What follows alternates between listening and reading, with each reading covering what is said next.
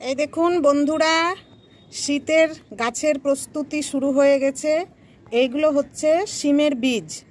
আমি 4টে বাটিতে বীজ নিয়েছি, কারণ 4টে বাটিতে 4 রকম শিমের বীজ আছে।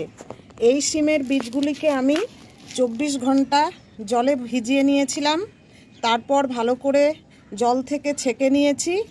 এবার আমি এই যে সিডলিং যে ট্রে দেখছেন, এই সিডলিং ট্রেতে আমি এই শিমের বীজগুলি লাগাবো।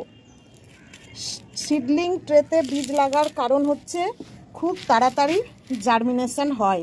এই দেখুন, সিডলিং ট্রেতে বীজ লাগানোর জন্য প্রথমে মাটি দিয়েছি। এবার এই জায়গাটা এরকম করে আঙুল দিয়ে একটু গর্ত করে দিব, তারপর এই যে বীজটা দিয়ে এইভাবে ঢেকে দিব এবং উপর থেকে জল দিয়ে এই সিডলিং ট্রেটাকে ছায়াযুক্ত স্থানে রেখে দিলেই এখান থেকে বীজ জার্মিনেশন